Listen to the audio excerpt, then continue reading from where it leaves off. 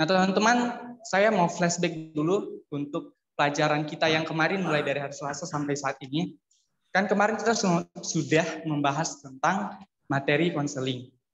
Nah, menurut teman-teman, konseling itu apa sih? Atau menurut teman-teman, pendapat teman-teman, konseling itu apa? Ada yang bisa bantu saya menjawab?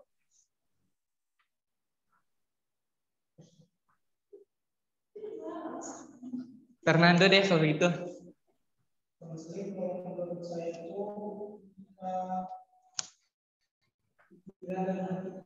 berjalan, makanya konseling ini mencari pertolongan supaya pikiran hati itu bisa berjalan lagi. Kalau Betel? Baik, kalau menurut saya konseling itu sebuah relasi percakapan antara dua orang, yaitu konselor dengan konseli atau klien, untuk konsultasikan tentang masalah konseli, dan seorang konselor membantu konseli untuk menyelesaikan masalah tersebut. Oke, baik teman-teman, jawabannya benar. Jadi konseling adalah sebuah relasi atau hubungan percakapan. Jadi di sini terjadi percakapan ya teman-teman, atau komunikasi yang melibatkan konselor dan konseli atau klien. Konselor ini bisa saja guru, bisa saja dokter, bisa saja pendeta. Kemudian konseli ini adalah klien, ya kita bisa sebut dia sebagai pasien kita. Tujuannya untuk membangun rasa percaya diri, kemudian rasa aman. Di mana konselor membantu, ingat ya teman-teman, konselor hanya membantu, bukan mengerjakan ya teman-teman. Membantu klien untuk memahami masalahnya dan menemukan masalahnya. Sehingga klien dapat menemukan jalan keluarnya. Jadi ingat teman-teman ya, jadi konselor itu hanya membantu klien untuk menemukan jalan keluarnya, bukan memberikan solusi, tapi membantu menemukan solusi kepada klien. Oke teman-teman, kemarin juga kita sudah membahas tentang dasar-dasar konseling secara rohani nih teman-teman. Kan ada 5. Tadi juga sudah disebutkan oleh Gabriel. Saya mau tanya satu-satu deh. Ada yang ingat yang pertama apa? Oke, acuannya adalah firman Tuhan. Jadi dasarnya adalah firman Tuhan. Dan yang kedua apa? Ada yang bisa? Oke, jadi konselor membantu klien untuk memberi kesadaran, atau konselor ini membantu klien tersebut untuk menyadarkan gitu bahwa klien ini apakah membutuhkan bantuan atau tidak, atau menyadarkan bahwa klien ini ternyata sedang sakit gitu teman-teman. Kemudian yang ketiga, konselor harus membantu klien menemukan masalahnya teman-teman. Jadi kita perlu ingat kembali bahwa konselor ini bukan mencari masalah, tetapi membantu klien untuk menemukan masalahnya. Oke, yang keempat apa teman-teman? James, yang keempat apa?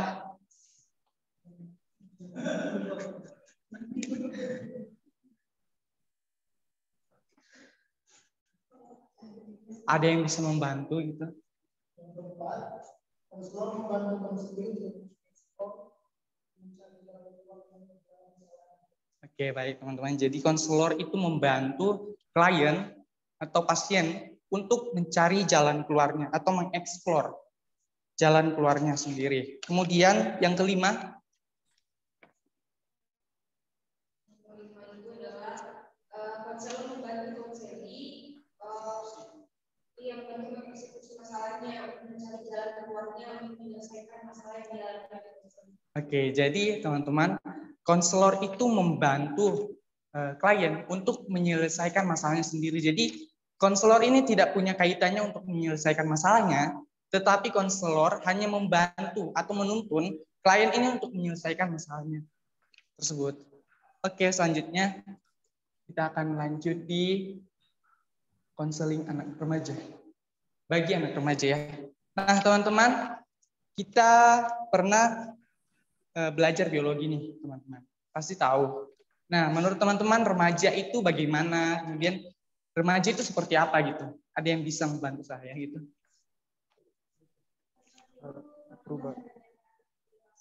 Oke, ada lagi? James? Mungkin umurnya atau seperti apa gitu? Saya remaja itu adalah proses pertumbuhan anak dari anak-anak dari tahap bawah ke tahap menengah begitu sebelum pertumbuhannya ke tahap dewasa. Oh, iya. Baik, terima kasih buat pendapat teman-teman, kemudian pemahaman teman-teman. Jadi masa remaja ini adalah dalam ilmu biologi, teman-teman, masa remaja ini berkaitan dengan pubertas. Teman-teman pasti ingat ya, masa pubertas. Nah, masa pubertas ini apa sih yang terjadi gitu? Masa pubertas ini terjadi perubahan fisik, ada terjadi pertumbuhan dan perkembangan, teman-teman. Nah, dalam usia pubertas ini kan berhubungan dengan usia remaja nih, teman-teman. Jadi ada beberapa pembagian tentang umur masa pubertas atau remaja ini nih, teman-teman. Bagi wanita itu dimulai dari umur 8 tahun sampai 13 tahun. Ingat ya, teman-teman, jadi itu usia pubertas remaja. Kemudian usia laki-laki, usia pubertasnya itu dimulai dari umur 10 sampai 16 tahun. Jadi teman-teman, kalau untuk perempuan itu mengalami perubahan fisik atau perkembangan itu lebih cepat daripada laki-laki. Oke teman-teman, jadi masa pubertas ini merupakan masa perubahan yakni pertumbuhan dan perkembangan. Nah, pertumbuhan itu apa sih? Terjadi perubahan fisik. Ada yang tinggi, ada yang mungkin tingginya tipis-tipis, ada yang tingginya tiba-tiba cepat. Nah, itu masa pubertas. Kemudian perubahan pada organ reproduksi dan lain sebagainya. Kemudian perkembangan ini apa sih? Perubahan atau perkembangannya itu apa? Jadi yang terjadi pada usia pubertas ini adalah perubahan pola pikirnya, kemudian mulai mengenal atau memiliki perasaan dengan lawan jenis. Ya biasa di masa-masa ini terjadi yang namanya cinta-cinta monyet, teman-teman pasti tahu lah ya. Oke, selanjutnya pengertian remaja. Nah, menurut Mapire, usia remaja wanita dimulai dari umur 12 tahun sampai 21 tahun. Dan pria dimulai dari umur 13 tahun sampai 22 tahun.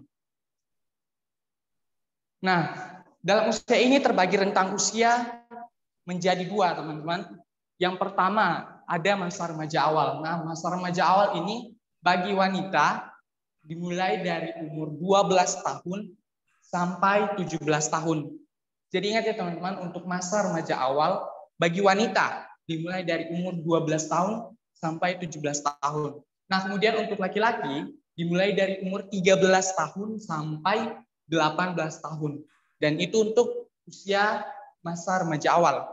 Kemudian pada usia bagi wanita yang berumur 17 tahun sampai 21 tahun, ini merupakan masa remaja akhir. Kemudian untuk laki-laki dimulai dari umur 18 tahun sampai 22 tahun untuk masa remaja akhirnya. Jadi teman-teman, yang pada masa remaja awal itu terjadi masa pubertas, teman-teman. Disitulah terjadi masa pubertas. Di situ terjadi pertumbuhan dan perkembangan yang sangat cepat. Nah, kemudian pada masa remaja akhir ini di sini mengalami pertumbuhan dan perkembangan yang mulai melambat. Oke, selanjutnya menurut Undang-Undang Nomor 23 Tahun 2002 tentang perlindungan anak, bahwa seseorang disebut sebagai anak jika berumur 18 tahun. Jadi teman-teman di sini ada yang masih 18 tahun. Ada, oh berarti kita masih disebut anak-anak ya. Jadi kakak-kakak semua di sini sudah tidak disebut anak-anak ya teman-teman. Oke, selanjutnya keadaan remaja masa kini dan problematikanya. Oke, Yang pertama, masalah hari depan. Nah, teman-teman, pada masalah hari depan ini, anak-anak sering mencemaskan akan hari depan yang kurang pasti. Nah, teman-teman pasti di sini pernah pada masa-masa remaja pasti cemas akan masa depannya.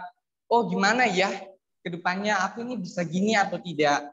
Dan pasti teman-teman semua mengalaminya. Dan begitu pun saya sendiri sering mengalaminya. Karena kadang pikirnya itu gimana ya ke depannya, saya ini bisa macam saat ini ya teman-teman.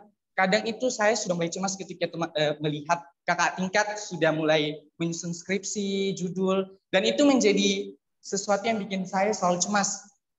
Bagaimana ya kalau ketika saya nantinya melalui proses tersebut, apakah saya mampu atau tidak? Nah, disinilah masalah hari depan menjadi problematika buat anak remaja. Kemudian, di mana menimbulkan problem lainnya, sehingga semangat belajar berkurang. Dan itu terjadi dengan saya gitu teman-teman. Karena tertekan, ada di situ tertekan, kemudian kemampuan berpikir berkurang teman-teman. Jadi kayak karena cemas itu jadi bukan menjernihkan pikiran saya, tetapi bikin saya jadi tertekan, jadi bukan punya semangat belajar, tapi jadi cemas dan tertekan dan hilang rasa ingin belajarnya. Kemudian yang kedua, masalah hubungan dan orang tua. Nah teman-teman, ada nggak sih yang pernah punya masalah hubungan dengan orang tua, kayak mungkin berdebat, berbeda pendapat gitu? Ada nggak sih dari teman-teman? Ada, James. Nah, itu juga yang terjadi pada diri saya ketika saya masih di usia remaja. Teman-teman, saya mau sedikit cerita bahwa ketika saya di umur-umur remaja, saya itu selalu iri melihat teman-teman saya, di mana kalau mereka berkumpul atau pergi jalan-jalan itu bebas-bebas aja, orang tuanya itu mengizinkan. Sedangkan saya, di mana teman-teman pasti sudah tahu, saya itu berada di keluarga seorang hamba Tuhan, di mana mendidik benar-benar kedisiplinan, kemudian harus menjadi teladan dan contoh bagi jemaat. Dan itu terjadi dalam diri saya. Jadi ketika melihat teman-teman yang jalan ke sana kemari bebas melakukan apa saja, itu bikin saya selalu iri, teman-teman. Jadi sampai saya pernah tanya, sampai bahkan marah gitu ke orang tua. Mah, Pak, kenapa sih teman-temanku itu bebas loh jalan-jalan ke sana kemari, kok aku dilarang? Jadi teman-teman saya itu seperti anak gadis gitu di rumah, anak gadis, anak cewek, teman-teman. Nah, tapi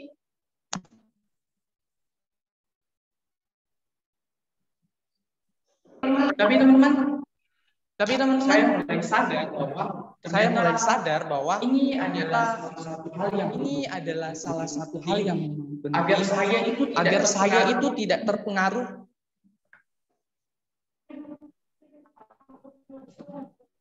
Gak ada. Ada.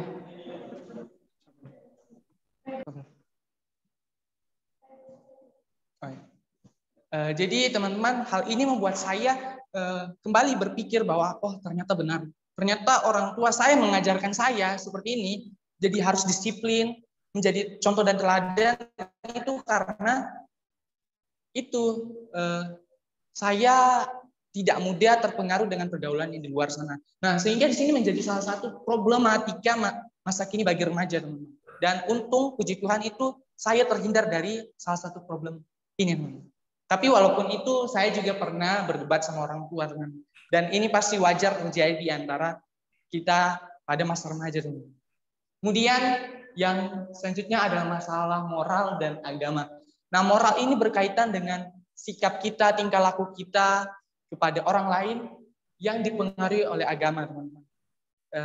Buat kita orang Kristen pasti diajarkan yang namanya kasih, teman-teman. Itu salah satu kunci kita sebagai orang Kristen, menerapkan moral atau tindakan kita kepada setiap orang yang ada di sekitar kita. Nah, masalah moral dan agama ini dipengaruhi oleh budaya asing yang dibawa dalam bentuk berbagai sikap dan kelakuan. Nah, teman-teman pasti tahu kebudayaan asing yang masuk ke Indonesia itu seperti apa.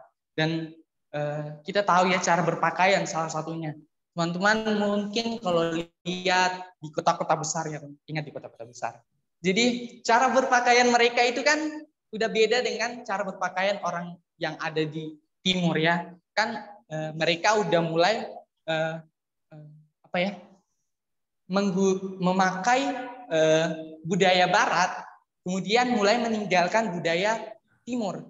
Seperti apa teman-teman? Seperti cara berpakaian mereka yang hanya menggunakan pakaian yang setengah badan ya teman-teman. Kemudian mohon maaf ya, perutnya kelihatan, kemudian celananya pendek yang dulunya mungkin panjang roknya atau celananya sekarang udah celana pendek di atas lutut. Nah, itu salah satu teman-teman masalah moral yang terjadi di Indonesia, bahkan di anak-anak remaja. Nah, biasa masalah moral ini juga dipengaruhi oleh agama. Kenapa? Karena ada kemungkinan teman-teman dari orang tua yang kurang mengajarkan atau kurang mendisiplinkan diri anak-anak mengenai agama, karena kurang edukasi tentang agama, bisa saja hal itu, teman-teman. Kemudian selanjutnya,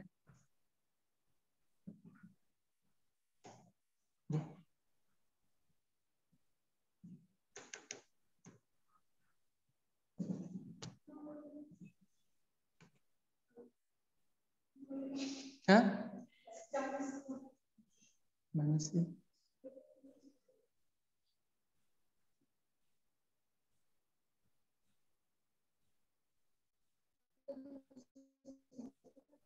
Stop dulu ya. Stop dulu ya.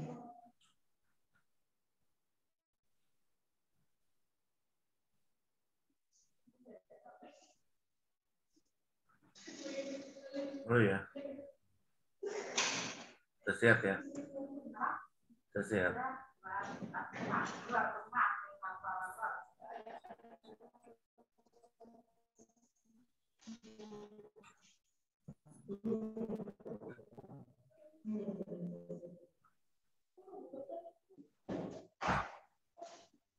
Oke, kita akan membahas tentang karakteristik umum perkembangan remaja. Nah, menurut Ali dan Astori, karakteristik umum perkembangan remaja diantaranya yang pertama, merasa gelisah. Nah, tadi kan saya sudah jelaskan bahwa anak-anak itu punya problematika selalu merasa cemas. Nah, hal ini disebabkan karena harapan atau angan-angan yang tinggi tidak seimbang dengan kemampuan yang dimiliki. Teman-teman, jadi di sini berkaitan dengan kita punya harapan nih gini, tapi sebenarnya tidak punya kemampuan di bidang itu, teman-teman. Saya punya cerita di mana ada salah satu sahabat saya, dia itu pengen banget bermain musik. Tapi sebelumnya dia juga sudah pernah pelayanan. Bukan pelayanan musik ya teman-teman. Mungkin teman-teman tahu pelayanan banners yang pakai bendera itu. Nah, teman-teman saya itu pelayanan di bidang itu. Nah, kemudian dia itu punya kerinduan. Akhirnya kayak merasa cemas. Gimana sih? Aku tuh pengen gitu. Pengen pelayanan di musik. Cuman gimana ya? Tidak ada yang ngajar gitu. Terus saya sendiri nggak punya kemampuan di bidang itu. Nah, kemudian dia mulai coba curhat dengan saya. Iya, karena dia biasa panggil saya itu Kia. Ya, gimana sih cara main musik itu? Aku tuh pengen gitu. Dan akhirnya saya mencoba mengambil inisiatif nih teman-teman. Iya. Inisiatif bahwa, yuk ayo kita Iya. coba belajar. Iya. Baik Pak, bentar Pak, misi lagi. Gak kedengaran.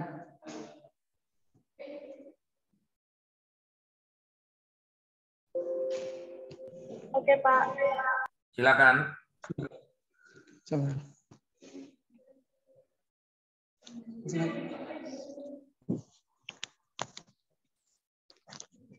Oke, jadi teman-teman, apa namanya? Jadi teman saya ini pengen banget main musik. Akhirnya saya mencoba mengambil inisiatif, ayo deh kita belajar. Karena kebetulan teman-teman, saya juga masuk dalam bagian pelayanan di bidang musik.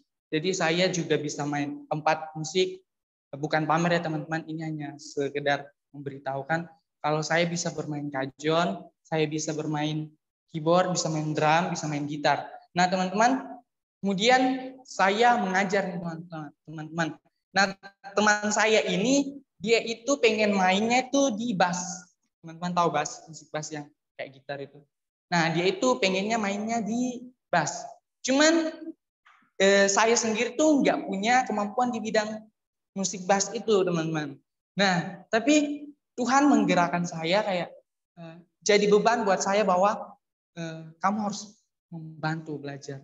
Walaupun saya sendiri tidak tahu. Akhirnya saya mencoba mengambil inisiatif bahwa coba cari deh di YouTube. Nah, kan di YouTube kan banyak tuh video tutorial bermain bass, bermain keyboard, dan segala macam bermain musik itu. Nah, akhirnya saya mencoba, teman-teman, saya itu cuma tahu chord C, D, dan sebagainya, penempatannya gimana, dan cara petik-petiknya itu gimana. Nah, tapi puji Tuhan, selang 2 minggu, dia itu udah bisa main 2 lagu. Dan itu saya coba mendisiplinkan dia bahwa setiap hari Senin dan Selasa itu latihan terus.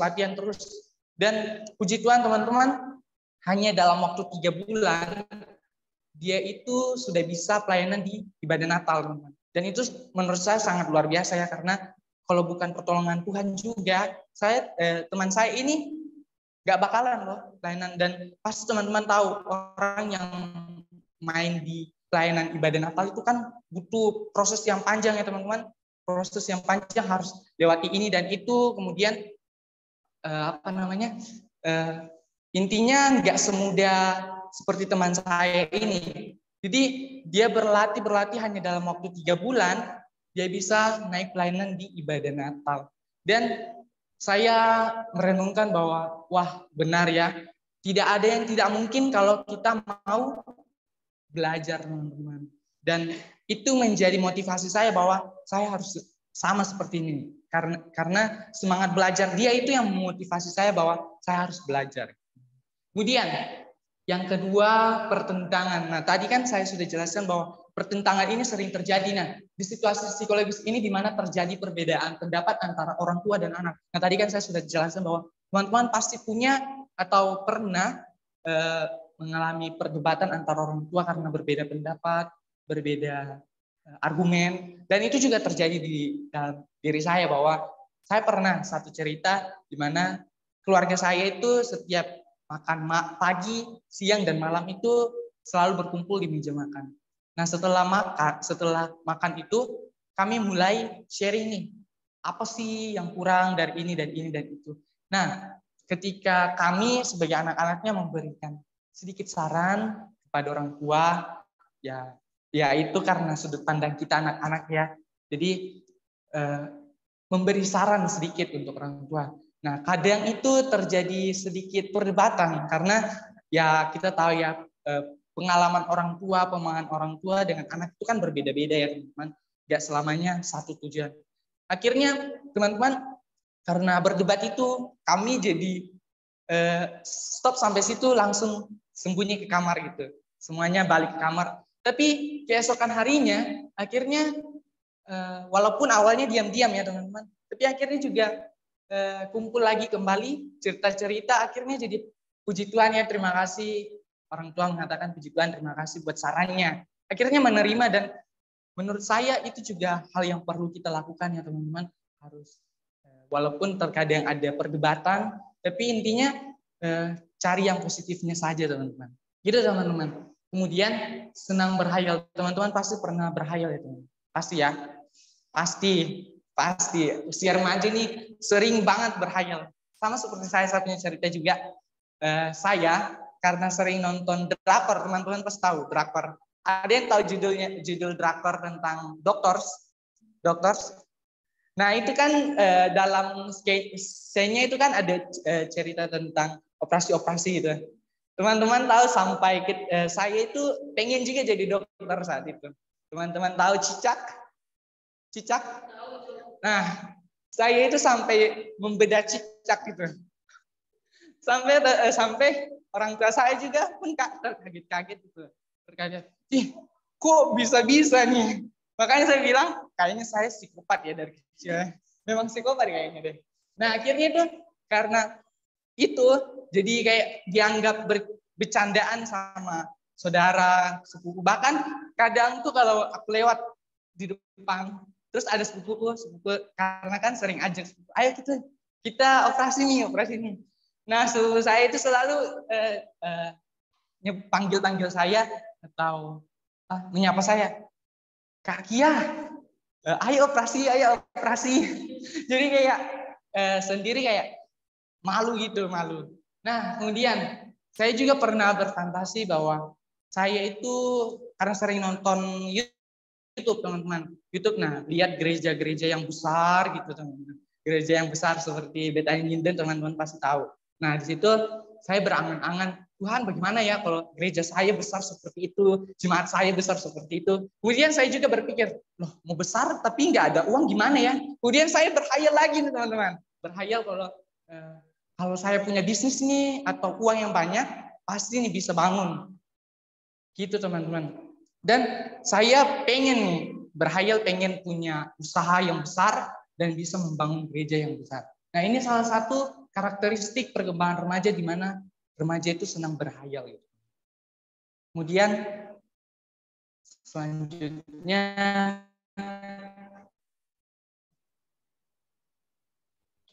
senang dengan aktivitas berkelompok. Nah teman-teman, saya juga dulu itu pengen jalan bareng teman-teman, pengen melakukan segala sesuatu nih dengan teman-teman. Cuman karena ya itu tadi kembali saya sudah cerita bahwa saya di keluarga saya itu nggak sembarangan gitu, nggak sembarangan mau kumpul-kumpul dengan teman. Karena ya itu orang tua takut kalau saya itu mudah terpengaruh dengan pertemanan saya gitu.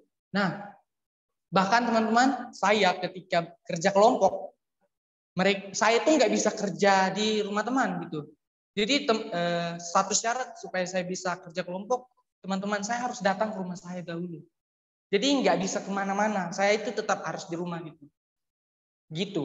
Jadi di sini senang dengan aktivitas berkelompok adalah situasi di mana anak-anak merasa dapat menyelesaikan masalahnya dengan berkumpul bersama sahabat sebayanya untuk melakukan kegiatan bersama. Jadi teman-teman, kenapa senang dengan aktivitas berkelompok? Ya karena itu senang melakukan kegiatan bersama teman-teman. Kemudian yang selanjutnya keinginan untuk mencoba segala sesuatu. Jadi teman-teman, di masa remaja ini kita tahu bahwa remaja itu suka nih coba-coba, pengen nih melakukan ini. Nah, dalam situasi ini anak-anak cenderung memiliki ingin tahuan yang tinggi nih seperti berpetualang, menjelajah, dan mencoba segala sesuatu yang belum pernah dia alami sendiri teman-teman. Dan itu juga sama seperti saya yang tadi tuh teman-teman, yang saya membedah-bedah hewan itu karena saya pengen mengeksplor gitu, pengen mencari tahu ini tuh gimana ya. Nah sama seperti anak-anak remaja zaman sekarang, anak-anak remaja atau karakteristik perkembangan remaja di mana rasa ingin tahu yang cukup tinggi teman-teman. Salah satu contohnya mungkin teman-teman yang suka mendaki, yang suka pergi healing atau sebagainya, ini salah satu bahwa keinginan anak remaja untuk mencoba segala sesuatu. Oke, selanjutnya faktor-faktor yang menyebabkan remaja melakukan perilaku menyimpang, teman-teman. Nah, yang menurut Samsul Munir Amin, ada beberapa faktor yang menyebabkan remaja melakukan perilaku menyimpang. Yakni ada dua ya teman-teman. Yang pertama faktor makro dan yang kedua faktor mikro. Nah, faktor makro ini adalah faktor yang berkaitan dengan faktor sekitar atau lingkungan. Nah, penyebabnya yang pertama adalah masalah ekonomi. Nah, teman-teman, hampir rata-rata, bukan hampir rata-rata ya, mungkin beberapa kasus anak-anak remaja melakukan perilaku menyimpang itu karena keadaan ekonomi. Bisa jadi karena miskin teman-teman, dan itu salah satu faktornya. Kemudian masa atau daerah peralihan. Nah, daerah peralihan ini berkaitan dengan ideologi, politik, ekonomi, sosial, dan budaya. Nah, ini berkaitan dengan lingkungan di mana anak itu berada. Mungkin kalau lingkungan itu toksik, ya pasti anak muda terpengaruh gitu. Sama kayak sebuah cerita tentang kakak saya. Dia itu waktu kecil ya, sekitar umur 7 sampai 8 tahun. Dia itu kan sering main dengan salah satu anak. Nah, anak ini nih suka, mohon maaf ya, mengatakan kata-kata makian gitu. Nah, jadi ketika sering-sering bermain, kemudian ada satu hal di mana ketika kakak saya ditegur oleh tetangga saya, kakak saya mungkin marah atau bagaimana, langsung seketika itu langsung menyebutkan kata makian, mohon maaf ya saya sebutkan anjing dan babi gitu. Nah, setelah itu ketika didengar tetangga saya itu langsung gitu, langsung melapor ke papa saya. Papa saya seketika itu marah besar sekali. Langsung seketika itu dipukul bibirnya sampai berdarah. Nah, itu menjadi pelajaran buat saya, bahkan ketika saya juga kecil saya juga pernah, karena terpengaruh dari lingkungan sekitar saya berada gitu. Nah, tapi satu ancaman yang papa saya selalu bilang, nanti tidak masuk surga. Nanti tidak masuk surga, anak sekolah minggu itu dengar-dengaran gitu. Jadi itu yang selalu jadi jadi bayang-bayangan buat saya. Bahkan setelah saya, kalau nggak salah sekitar kelas 1 atau 2, itu sudah nggak berani bilang atau maki-maki teman-teman. Bahkan ancaman orang tua itu kalau ketemu saya mengatakan itu dan saudara saya yang lain itu dikutik. Jadi kita jadi trauma gitu, jadi takut gitu. Nah, kemudian keretakan hidup keluarga atau perceraian atau broken home. Teman-teman, saya punya cerita juga dari sepupu saya. Ini dia juga berlatar belakang dari keluarga yang broken home. Nah, di mana mama papanya bercerai. Nah, untuk sepupu saya ini, yang pertama puji Tuhan tidak melakukan perilaku menyimpang. Puji Tuhan karena dia dengar-dengaran itu. Dan dia juga tahu bahwa sebenarnya nggak boleh gini dan begitu. Dan saat itu juga dia dibawa ke tempat saya berada, tempat rumah saya. Dia dididik untuk belajar berpendidikan gitu teman-teman. Kemudian yang adiknya ini, yang kedua ini yang bermasalah teman-teman. Karena apa? Karena punya kepahitan sama orang tua dan akhirnya melakukan perilaku menyimpang. Apa sih yang dia lakukan teman-teman? Dia itu mulai berhenti sekolah, kemudian semenjak dia besar itu dia mulai menjudi, mencuri dan lain sebagainya. Ini salah satu latar atau faktor kenapa remaja melakukan perilaku menyimpang, ya salah satunya karena keretakan hidup keluarga atau perceraian atau broken home. Kemudian yang kedua faktor mikro. Faktor mikro ini berkaitan dengan kepribadian anak remaja itu sendiri teman-teman.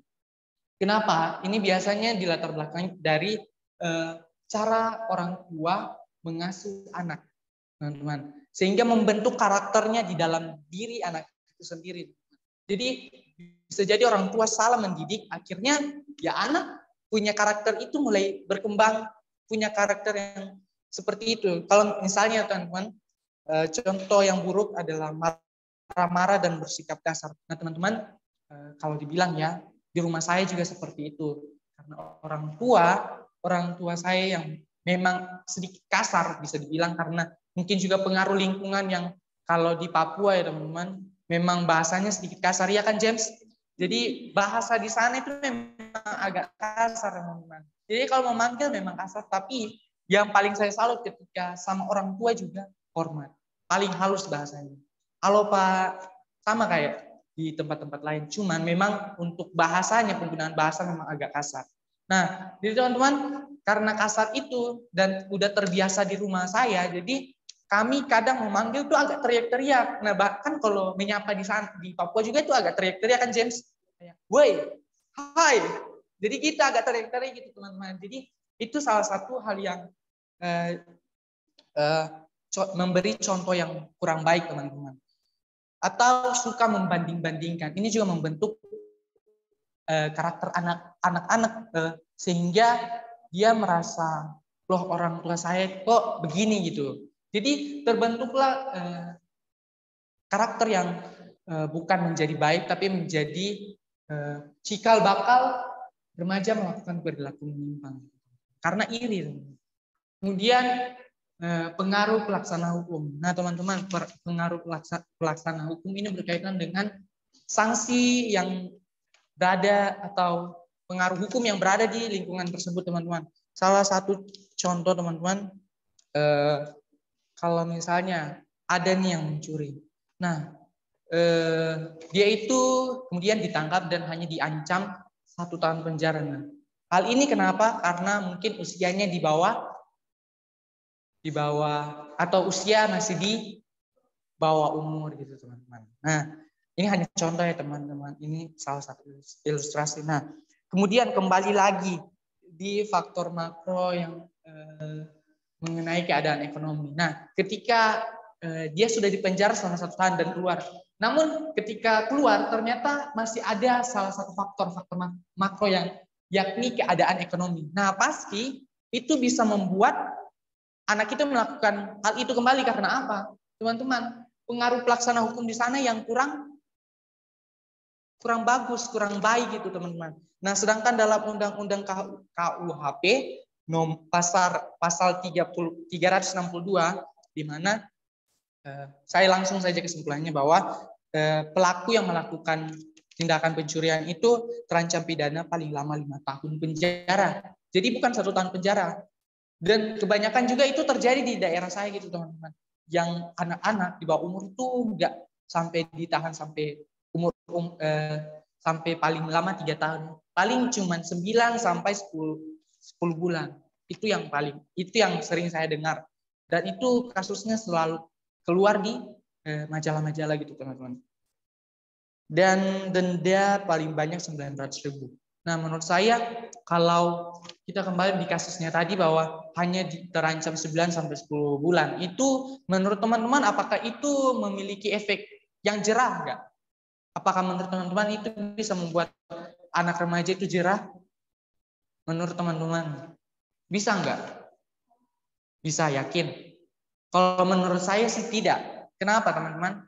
Karena efeknya itu bukan berlangsung lama dan membuat remaja itu memiliki rasa efek jerah itu. Karena apa? Masih ada faktor yang ini loh teman-teman. Faktor ekonomi.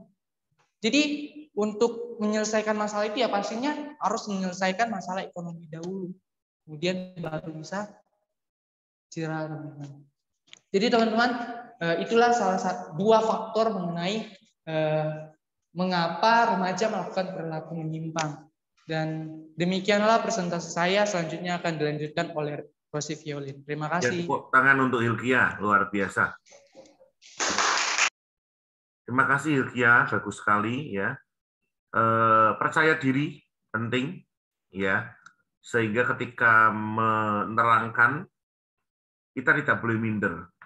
Sekali lagi saya pernah bertanya. Ini sebentar kalian beristirahat sebabnya. Jadi nanti setelah istirahat baru kalian lanjutkan. Pak Freddy pernah memberikan satu